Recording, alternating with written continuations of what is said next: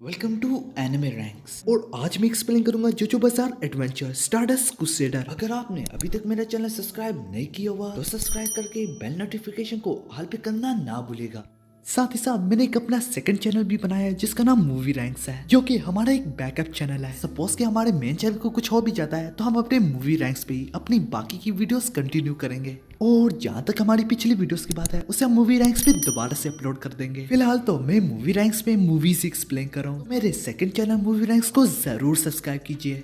Thank you. Now enjoy this video.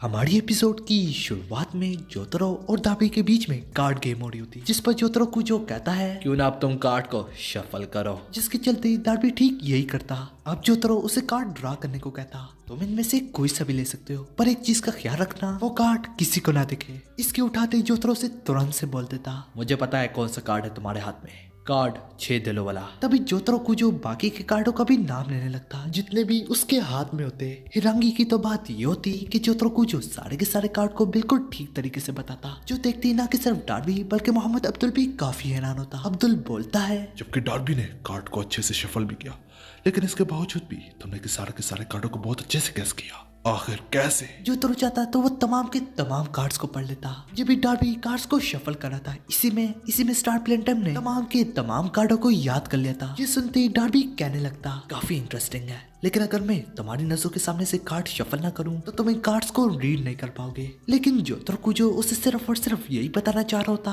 कि मेरे होते हुए तुम चीटिंग बिल्कुल नहीं कर पाओगे। इन सब के अलावा सिक्योरिटी सील, मतलब कि इन कार्ड्स के साथ बिल्कुल छेड़छाड़ी नहीं हुई। जब भी जोतरो इसमें से कार्ड निकाल रहा होता, इसी में डार्बी के पास एक किताब पड़ी होती। डार्बी देखे बगैर उसके पेजेस पलटाने लगता और जो पेज उसने गेस किया होता बिल्कुल वही होता, जो कि डार्बी ने सिर्फ पेज को छूते ही बता दिया। बिल्कुल इसी तरह वो कार्ड को महसूस करके कार्ड के बारे में भी बता सकता है। इसी तरह उनके दरमियान में गेम स्टार्ट हो जाती। इसी तरह डार्बी दिल भरे 10 कार्ड उठाता, क्योंकि जोतरो कुजो बताता है 7 क्लब्स। इसी तरह दोनों को आपस में मिला के शफल किया जाता। डार्बी कार्ड्स को बांटने लगता। 2 कार्ड्स के बाद वो जैसे ही अगला कार्ड जोतरो को देने लगता तो तुरंत से जोतरो उसकी उंगली स्टार प्लेटम से तोड़ डालता। जोतरो यही कहता, मेरे होते हुए जैसे कि मैंने कहा था कि तुम चीटिंग नहीं कर पाओगे। तुमको कुछ समझ में ना होता तो जोतरो कहता, जरा उसके कार्ड्स की तरफ तो देखो। इसमें हमें दिखाया जाता है कि सेकंड कार्ड थोड़ा सा बाहर होता। हर बारी से वो ये दिखाना चाह रहा होता पहला कार्ड दे रहा है, लेकिन असल में वो हर बारी में दूसरा दे रहा होता, जो कि स्टार प्लेटम में बड़ी आसानी से देख के ही बता दिया होता। इसका मतलब सारे ऊपर के कार्ड सिर्फ इसी को जा रहे थे। डार्बी बड़ी स्पीड में कार्ड बांट रहा था और वो एक प्रोफेशनल भी है, लेकिन स्टार प्लेटम के आगे तो वो अभी भी बच्चा है। इसके साथ ही साथ डार्बी कार्ड को छूते ही बता सकता है कि वो कौन सा कार्ड है। तो उसे बताता है, तुम्हारी उंगली टूटना तो कुछ नहीं है, तुम्हारी किस्मत अच्छी है कि मैंने तुम्हारी उंगली को अलग ना किया। इसके बाद अब जोतरो बोलता है, हम दोनों में से कोई भी कार्ड को शफल नहीं करेगा। जोतरो के कहने पे वो एक बच्चे को बुलाते। इसके चलते डार्बी इसको सजा के तौर पे कबूल कर लेता। अब वो जोतरो से कहता है, मैं अपने आप को वाफ करता हूँ ये गेम को खेलने के लिए। मैं यहाँ पे लॉर्ड दियो के लिए नहीं हूँ, बल्कि मैं अपने लिए ही हूँ। मैं यहाँ पे इसलिए मौजूद हूँ क्योंकि मैं पैदा ही गैम्बलर हुआ था।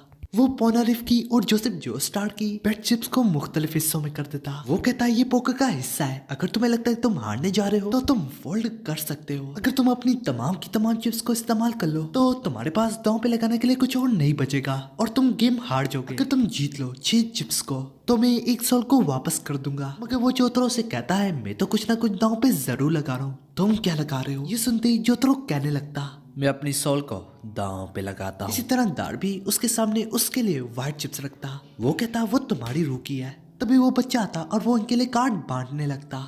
वो दोनों अपनी चिप्स को दांव पे लगाते। जैसे वो दोनों अपना कार्ड ड्रा करते हैं तो इसमें डार्बी जीत जाता। इसी तरह वो जोतरो की दांव पे लगाई हुई 3 सोल चिप्स को ले लेता। इसी तरह आप दोबारा से दोनों एक सोल चिप्स को दांव पे लगाते। ये गेम बस स्टार्ट होने को जा रही होती। डार्बी अपने कार्ड्स को देख रहा होता, लेकिन जोतरो तो उसे घूर रहा होता। जो देखते ही डार्बी कहने लगता, क्या हुआ जोतरो, आखिर डिसाइड करो क्या तुमने चेंज करना है या फोल्ड। मगर जोतरो कहता, नहीं, बस यही कार्ड काफी है। इसी दौरान उसके पैरों तले जमीन खिसक जाती। डार्बी चिल्लाते हुए कहता, आखिर कैसे खेलोगे इन कार्ड्स को घूरे बगैर। लेकिन जोतरो भी यही कहता, ये कार्ड काफी है। इसी तरह वो अपनी सारे की सारी सोल चिप्स को, यहाँ तक वो अब्दुल की सोल को भी दांव पे लगा देता। ये सुनती अब तो उसके और भी पसीने छूटने लगते। इस पर अब्दुल कहता है, दाबी तुम मुझे हरा सकते हो आसानी से, लेकिन मुझे जोतरो पे भरोसा है। लेकिन अभी तक मुझे भी नहीं पता कि ये अपने कार्ड्स को क्यों नहीं देख रहा। सबके बाद दाबी उस बच्चे से एक और कार्ड मांगता। इसी बीच हमें बताया जाता है कि ये बच्चा भी दाबी के लिए काम करता होता। वो बच्चा कहता है, जो उसके मेले हैं, मेरे कार्ड बांटने की स्किल। बेशक डार्बी तुम ही जीतोगे। यहाँ तक इस कैफे के भी सारे लोग इसी के लिए काम करते होते। डार्बी यही कहता, जो भी कार्ड बांटते जीतना तो मैं नहीं है। ये जरूर मेरे साथ मजाक कर रहा होगा कि वो कार्ड को नहीं देखेगा। इसे थोड़ी देर के लिए मुझे फिक्र जरूर हो रही थी। इसके चलते ही डार्बी भी सारी की सारी सॉस को दांव पे लगा देता। लेकिन अब्दुल चलाते हुए कहता, हमारे पास और चिप्स नहीं है। मगर डार्बी कहता है, तुम लिख सकते हो काक्विन की सोल के बारे में, बस मेरे स्टैंड के लिए यही काफी है। जिसपे डार्बी भी यही करने की कोशिश कर रहा था कि जोतरो थोड़ा डर जाए, लेकिन बिना हिचकिचाए बगैर जोतरो काक्विन की सोल दांव पे लगा देता। फिर से डार्बी के पैरों तले जमीन खिसक जाती। फिर वो अपने स्टार प्लेंटम का इस्तेमाल करके अपने लिए सिगरेट जलाता। आखिर कमाल का बंदा है ना। उसे दिखा तक ना होता, लेकिन वो ये समझ जाता जरूर इसने स्टार प्लेंटम का इस्तेमाल किया होगा। कहीं आखिर इसी तरह इसने मेरे साथ कार्ड तो नहीं बदल लिया। जबकि उस बच्चे के भी पैरों तले जमीन खिसक रही होती और उसकी तरफ एक भूखे कुत्ते की तरह घूरने लगता। लेकिन डार्बी अपनी नजरें चुला रहा था। अब वो भी काफी बढ़ के सांसें ले रहा होता। अब वो अपने कार्ड पे नजर मार के कहता है, चलो स्टार प्लेंटम की स्पीड से वो एक कार्ड बदलेगा, लेकिन पांचों के पांच तो कार्ड बदलना नामुमकिन है। इसने जरूर बड़ी स्पीड से जानबूझ के ये सिगरेट जलाया। लेकिन तब तक वो ऊपर देखता है तो जोतरो जूस भी पी रहा होता है, जो कि उसके लिए स्टार प्लेंटियम लाया होता है। डार्बी जैसे जैसे अपने आप को संभाल के कार्ड ड्रा करने जा रहा होता है, तुरंत से जोतरो अपनी माँ की भी सोल को दांव पे लगा देता।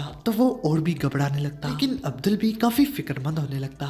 तो जोतरो खड़ा होते ही वो कहता है, मैं इजिप्ट आया सिर्फ और सिर्फ अपनी माँ के लिए। अगर मैं ही मर जाऊं तो क्या फायदा। वैसे भी वो गुस्सा नहीं होगी क्योंकि मैं उनकी सोल दांव पे लगा रहा हूँ। लेकिन डार्बी तुम्हें भी कुछ इसके बदले में लगाना पड़ेगा। तो मैं चाहता हूँ कि तुम दियो की स्टैंड की एबिलिटी के बारे में मुझे बताना। जो सुनते ही उसकी तशरीफ तले चेयर खिसक जाती। अब ये देखते ही अब्दुल दिल ही दिल में कहने लगता, जिस तरीके से उसने रिएक्ट किया जरूर उसे पता होगा। इसका मतलब एक ही है, अगर डार्बी ने यहाँ पे बता भी दिया तो वो फिर भी मरेगा ही। दिल ही दिल में मजीद बोलता, जोतरो जिस तरीके से तुम बोल रहे हो हम ही जीतेंगे ना। तुम हमें निराश तो नहीं करोगे ना। सारे काफी बढ़ के सांसें ले रहे होते सब जोतरो से बोलता काल या फोल्ड। इसकी काल कहने की हिम्मत ना हो रही होती, यहाँ तक वो सांस भी ना ले पा रहा होता। इसी तरह वो बेहोश हो जाता और जोतरो कुछ जीत जाता। जोस्टार और पुनरिफ की सोल भी उनमें वापस चली जाती। इसकी वजह ये होती कि डार्बी जीतने की उम्मीद खो चुका होता और वो बेहोश हो गया था। डार्बी के तो 4 किंग के कार्ड्स थे, लेकिन जोतरो के पास तो कोई खास कार्ड भी नहीं थे। यार जोतरो के लिए तो एक लाइक बनता है। उसने उसे प्रेशराइज किया अपने दिमाग का इस्तेमाल करते हुए। तो अपना फेवरेट डायलॉग मारता, यार भी को इतना बड़ा झटका लगा होता, तमाम की तमाम सोल वापस जाने लगती। यहाँ तक जोतरो भी उसकी स्किल्स की दाद देता। जो स्टार की टीम अब दोबारा से आगे बढ़ने लगती। इगी की शक्ल पे यह हमारी एपिसोड खत्म हो जाती। एपिसोड 12 की शुरुआत में हमें हॉलॉर्ड्स के बारे में दिखाया जाता। दियो से मिलने आया होता। सेंटीफॉल के सामने कुछ लोग गिरे होते जिसका दियो ने खून पी लिया होता। दियो के पास काफी पैसा होता। इसी तरह वो आगे बढ़ता जा रहा था, लेकिन तभी आवाज आती दियो की। बस उसे गुड़ने से हॉलॉर्ड्स की सांसें फूलने लगती। इसी में दियो कहने लगता, मैं तुमसे कुछ पूछ रहा हूँ, क्या तुम्हें मुझसे कुछ चाहिए? तो इसके तुरंत ही हॉलॉर्ड्स कहने लगता, मुझे खबर मिली है एलएससी और मराया दोनों हार गए। और तुम्हारा ये कहने का मतलब, मुझे लगता है तुम्हें मेरा सवाल समझ में नहीं आ रहा। मैं तुमसे ये पूछ रहा हूँ कि तुम इसके बारे में क्या करोगे, और मैं ये जानना चाहता हूँ कि तुम उनको कब मारोगे। हाँ, ये सच है कि तुम मेरे चमचों में से एक चमचे हो, लेकिन तुमने अभी तक मेरा एक काम भी सही तरीके से नहीं किया। आजकल के जमाने में एक छोटा सा बच्चा भी ये इन्फॉर्मेशन दे सकता है जो तुमने मुझे अभी दी है। तुमने मुझे एक बार फिर निराश कर दिया है। तुम्हें शायद ये पता ना हो, लेकिन एक जमाना था कि ये जिस्म जोनाथन जोस्टार जोसेफ जोस्टार का ग्रैंडफादर। उंगलियों को देखो कैसे लेफ्ट वाली जल्दी हील होती है जबकि राइट वाली थोड़ा सा टाइम ले। एक ही मतलब हो सकता है कि ये जिस्म अभी भी कमजोर है और ये मेरा जिस्म पूरा अभी तक नहीं हुआ। अभी मैं पूरी तरह से इमोर्टल नहीं हुआ। इसका मतलब है मैं अभी पूरी तरीके से बैटल में नहीं लड़ सकता जोस्टार से। और अगर अभी कुछ कहने का नहीं है तो जाके मेरे दुश्मनों को खत्म कर दो। लेकिन इसी में हॉलॉर्ड्स दिल में कहने लगता, मैं अपनी जिंदगी किसी के लिए दांव पे नहीं लगाता। इसी तरह वो उसकी जान लेने लगता। लेकिन तभी दियो कहता है, क्या तुम्हें पूरा यकीन है कि तुम मुझे इस गोली से मार लोगे? जो सुनते ही उसके पैरों तले जमीन खिसक जाती। इसके तुरंत ही दियो वहां से गायब होकर उसके पीछे आ जाता।